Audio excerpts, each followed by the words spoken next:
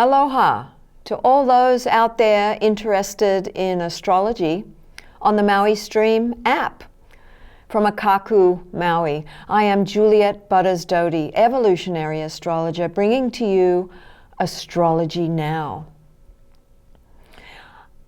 I'd like to begin this reading today reminding us all that we are in the midst of a Venusian 40-day retrograde. The beautiful goddess of love, Venus, esoterically, she's the ruler of Pisces. And so there's a dual energy here happening, as Neptune is also the modern ruler of Pisces, and he's shining his watery trident with determined vigor at this point, at the last degree of the entire zodiac, calling on all of us to turn inwards, to hear the internal call within.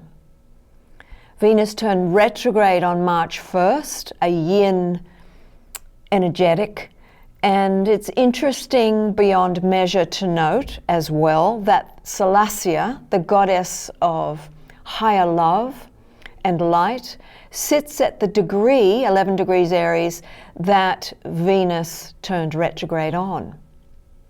And so I'm going to read to you today the Chandra symbol of that degree. It's quite interesting, and it begins with the headline, "Sunlight Illuminating Dust in the Air." You inhabit the edge between self-will and a higher will. You hold to the sharp borderline between the infinite and the finite, so that you can create yourself anew out of a whole cloth. Transformation can take many forms. You are endowed here with power of wishing, the capacity to visualize and imagine whatever comes next. An astounding skill at coming back to life, recreating everything, taking into yourself worlds ending and worlds beginning. All is poised within. A way of looking at things that magnifies the wonder and overcomes all of the dross in a strong quest to find yourself amidst the debris of lost worlds and to salvage the dream and the vision. So this is taken from Inside Degrees by Elias Lonsdale. And for every single degree of the zodiac, there is a description about the energetics of a particular degree. So that was about the degree that Venus turned retrograde on. So let's ponder upon what you were doing back in March, April of 2017. That's when Venus was retrograde in Aries last time. So we're stepping up into the next level of that. A caveat here, avoid any big financial investment or investments, any sudden marriage commitment or even starting a new relationship, a cosmetic surgery thought or a new hairdo, because Venus rules all of these things. Do deeply consider what may be draining you, what you have had enough of. Relationships, perhaps, that have come to an end of a long, hard road. Are you taking care of your essential needs? Also consider, are you on survival mode, and why are you? And whether you're overcommitted. So Venus is raising her Aryan flame, because she's in the sign of Aries, with the peoples worldwide. And people are expressing their angst. There's protests and marches, people expressing values from the core Venusian archetype, regards diplomacy and decency in geopolitical moments. She's going to dip back into Pisces by the 27th of March, and she will turn direct on April 12th.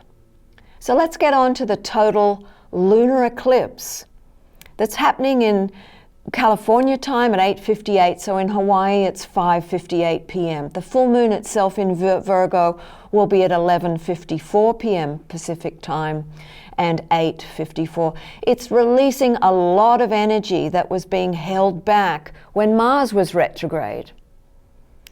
And he was out of bounds then, and he's still out of bounds. So people are acting crazy. It can be chaotic. So just focus and allow your energy, your creative energy, to flow. And remember that eclipses are like an accelerator, also an activator. And it can bring intense resolutions all of a sudden, together with unexpected change. Within the eclipse chart, Uranus is continuing his breakdown, breakthrough, and change revolution by giving the goddess Eris, Mars's sister, the green light to go forth and conquer, be bold, speak your truth, and hold the flame of warriorship, leaving no one out. She's in Aries too. We're seeing it already in the marches and protests around the world. Strident and enabled even further by the maverick Chiron in Aries, together they are quite the force of nature in this lunation, in this eclipse.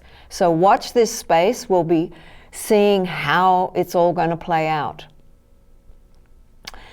So the total lunar full moon eclipse is in Virgo.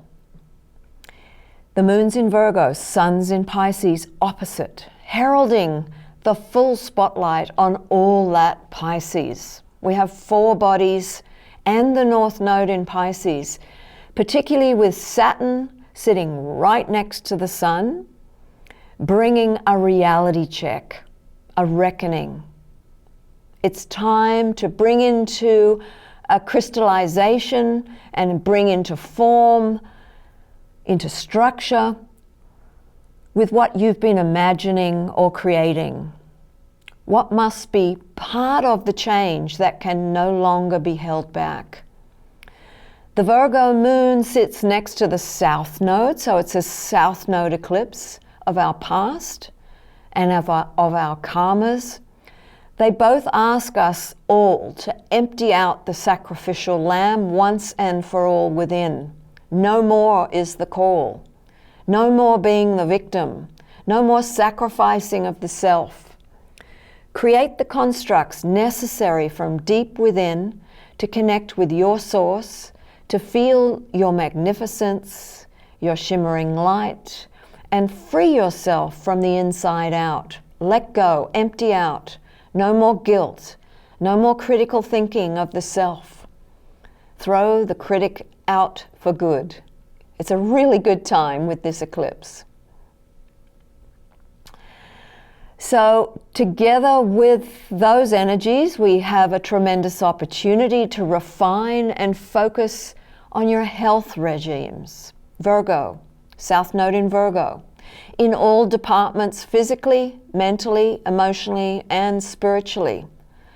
To clear out any toxicity, to increase your levels of immunity and detox the blood, Pisces. As we move through March and into April, Saturn will come to conjoin the North Node of your destiny, calling us to account. Tremendous rewards and opportunities are there for those who have sown the hard yards. Not so much if you haven't. In the archetype of Pisces, cracks can begin to show, vulnerabilities and incompetence exposed. Mismanagement can be called on.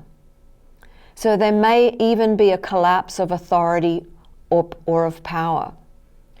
So it's also important to take note that the rulers of the karmic nodes of our destiny, Neptune and Mercury, are moving through their gyrations that can be felt. Mercury will station retrograde on the 15th of March, the day after the lunar full moon eclipse, stationing at 9 degrees of Aries, quite close to where Venus retrograded and where Salacia, the goddess of higher love, is, and passing across the 0 degrees Aries point.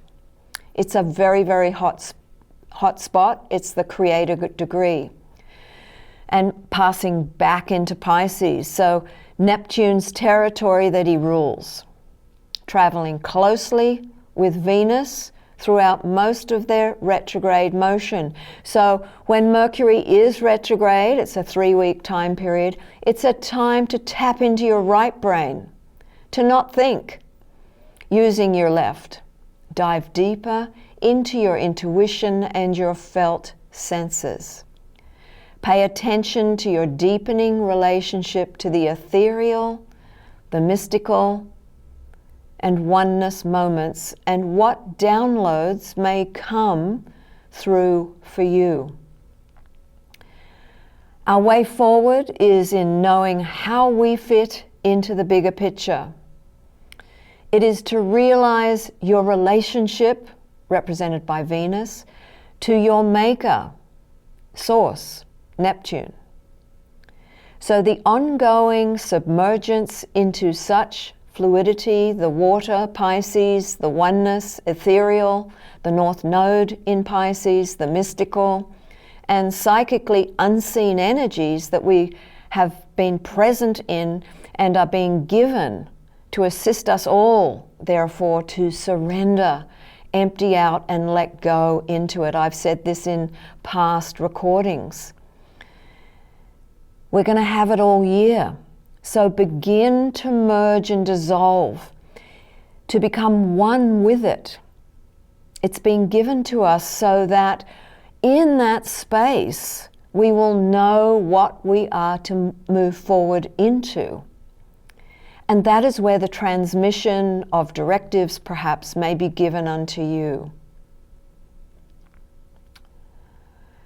So the Vernal Equinox is up next, and that occurs actually on the 19th of March here in Hawaii at 11:02 p.m. in the evening, so very close to the 20th, triggering yet again that 0 degrees Aries point.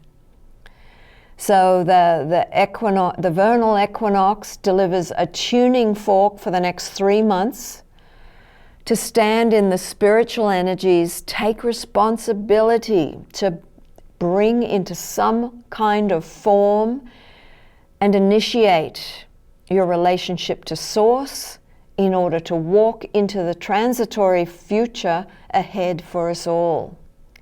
And it is fascinating and powerful at the same time that the equinox falls almost at the midpoint between the 2 eclipses. It's kind of rare.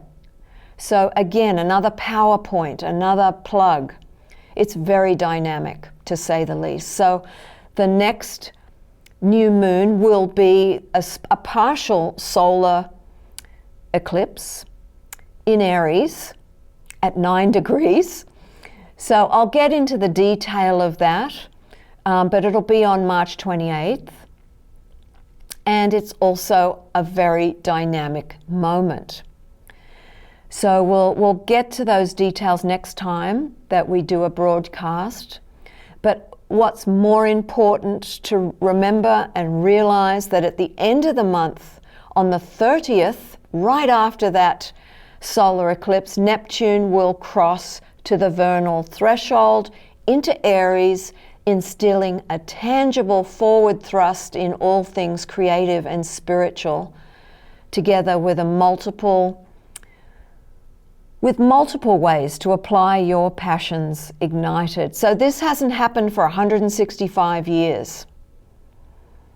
So it's pretty strong on the created degree. So it's a crystallization, bringing into form of a new light that may be tangibly felt by those who have worked towards raising their vibrations. Over the summer, we will get a practice run of these sobering yet frisky Aryan energies to pioneer, to embody and play with them before Neptune and Saturn head back into Pisces over the fall and into 2026 before both planets finally land in Aries for good in February 2026. So we will be given more time to continue the dissolution project over the fall so that we're all ready for the incredible shift into a whole new era next year. So my friends, make the most of it now as we cycle through this eclipse tunnel. It's big, it's strong. Observe and watch. Feel your way through. Listen within and breathe. A hui ho.